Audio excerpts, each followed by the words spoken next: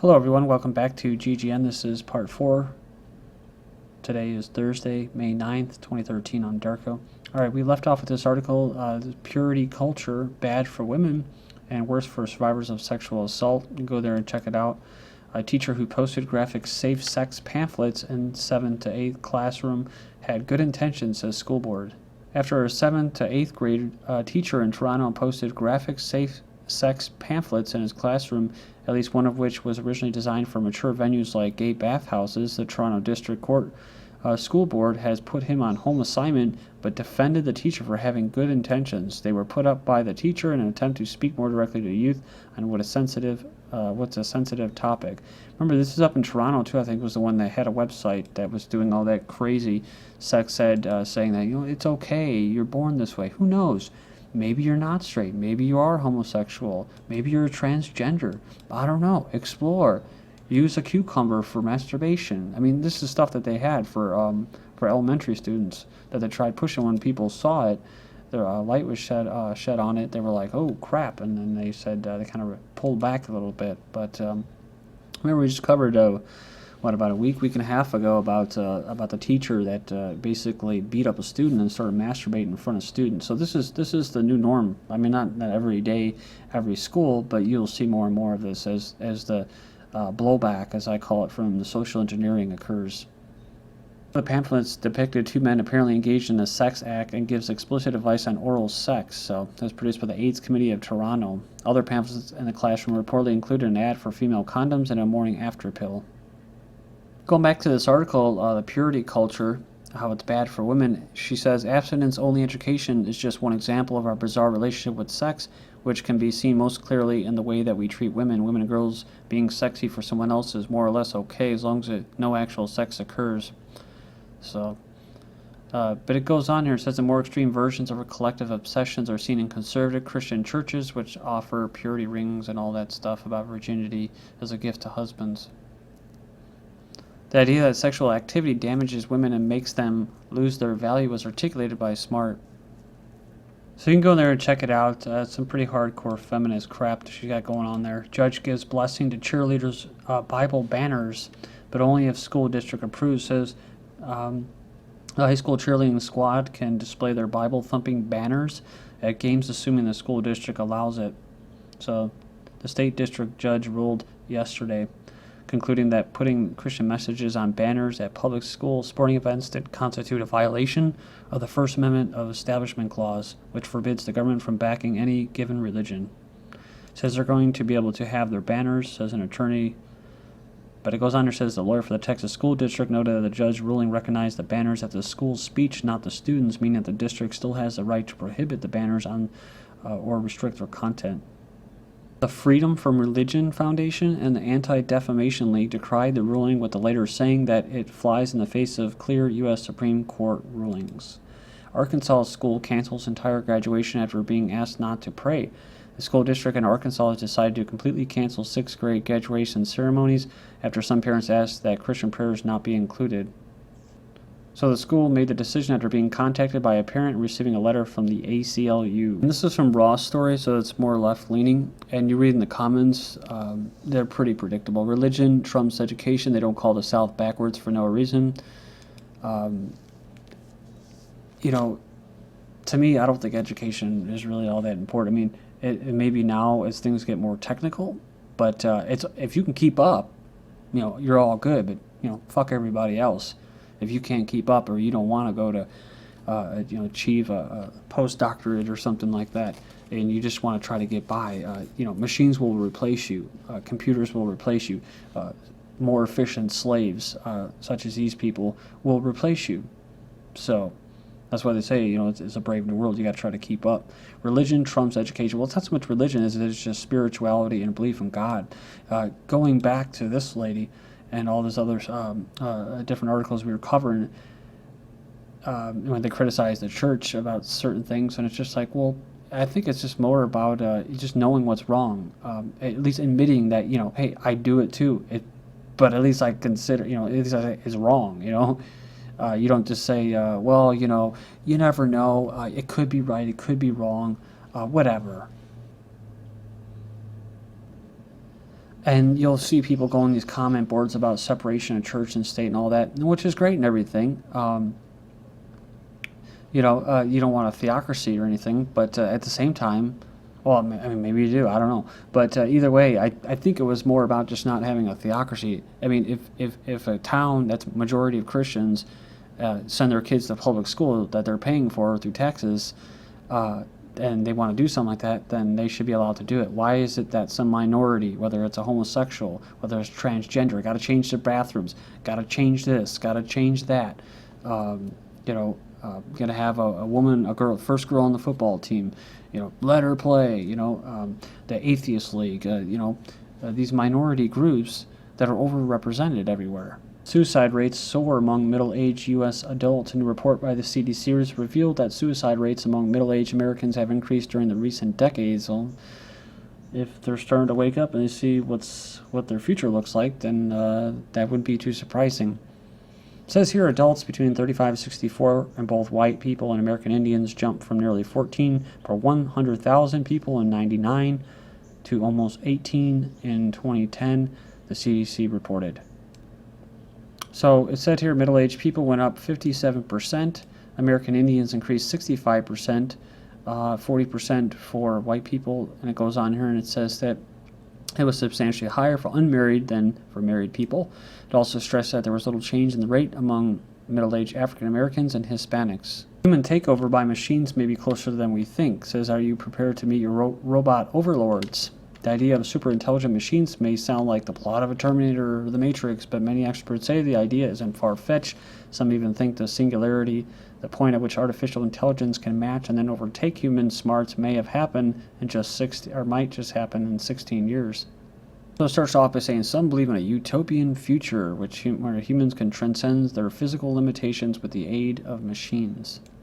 But others think that humans will eventually relinquish most of their abilities and gradually become absorbed into the AI-based organisms. Remember that you had that one Russian guy that promoted this stuff that's saying that it's going to go badly for humans. So, how the CIA tried to turn a cat into a cyborg spy. In the 60s, CIA recruited an unusual field agent, a cat. An hour-long procedure. A veterinary surgeon transformed the furry feline into an elite spy, implanting a microphone in her ear canal and a small radio transmitter at the base of her skull, and weaving a thin wire antenna into her long gray and white fur. It was called Operation Acoustic Kitty, a top-secret plan to turn a cat into a living, walking surveillance machine. The leaders of the project hoped that by training the feline to go sit near foreign officials, they could eavesdrop on private conversations. So it's funny because a few places I lived before, I used to joke about how this one cat that my roommate had was a spy cat. I called him the little spy cat. And he used to literally follow me and my dog as we walked around and did our daily walks around the neighborhood. There'd be a cat following us. And he'd have like this little, look like grease that came out of his eyes. Almost like, I was like, oh, it's a camera grease or something, There's little ears with like little microphones. So I'm not saying that's what it was, but it's kind of funny that they actually do think about stuff like that. Trust in government, Obama approval slips. So Obama's re-election glow is gone.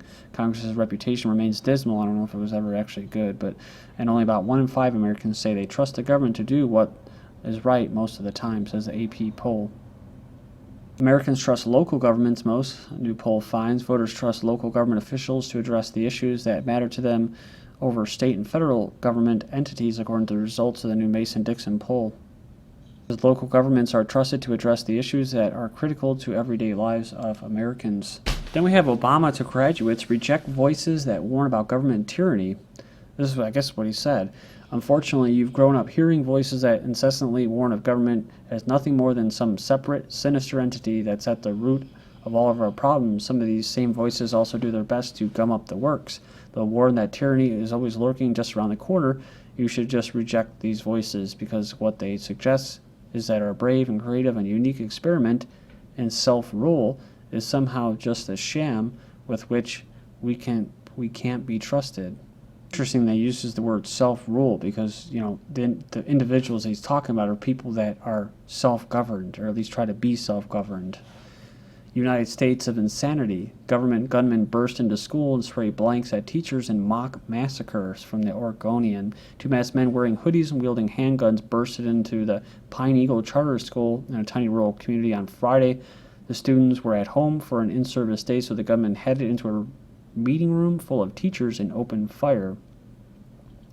So it goes on there, says that a few seconds after the bullets were not drawing blood because they were blanks, and the exercise was a drill designed to test the school's preparation for an assault by an active shooter.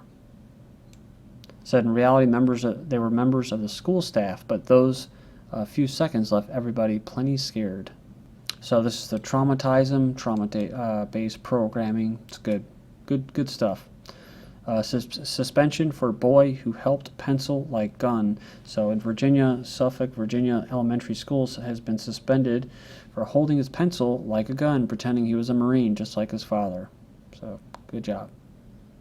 It's a good job overreacting. A pencil is a weapon when it's pointed at someone in a threatening way, and gun noises are made, said Bethany Bradshaw, spokesman for the Suffolk Public Schools, in a statement. Arrest first, ask questions later, how dawn raids and ransacking houses became standard operating procedure. So I guess his life's been turned upside down over allegations of sexual assault, but it says as yet he still hasn't been charged with anything. That is part of a trend which first became apparent when they started rounding up journalists in the phone hacking inquiry. Dawn raids and ransacking houses became the standard operating procedure.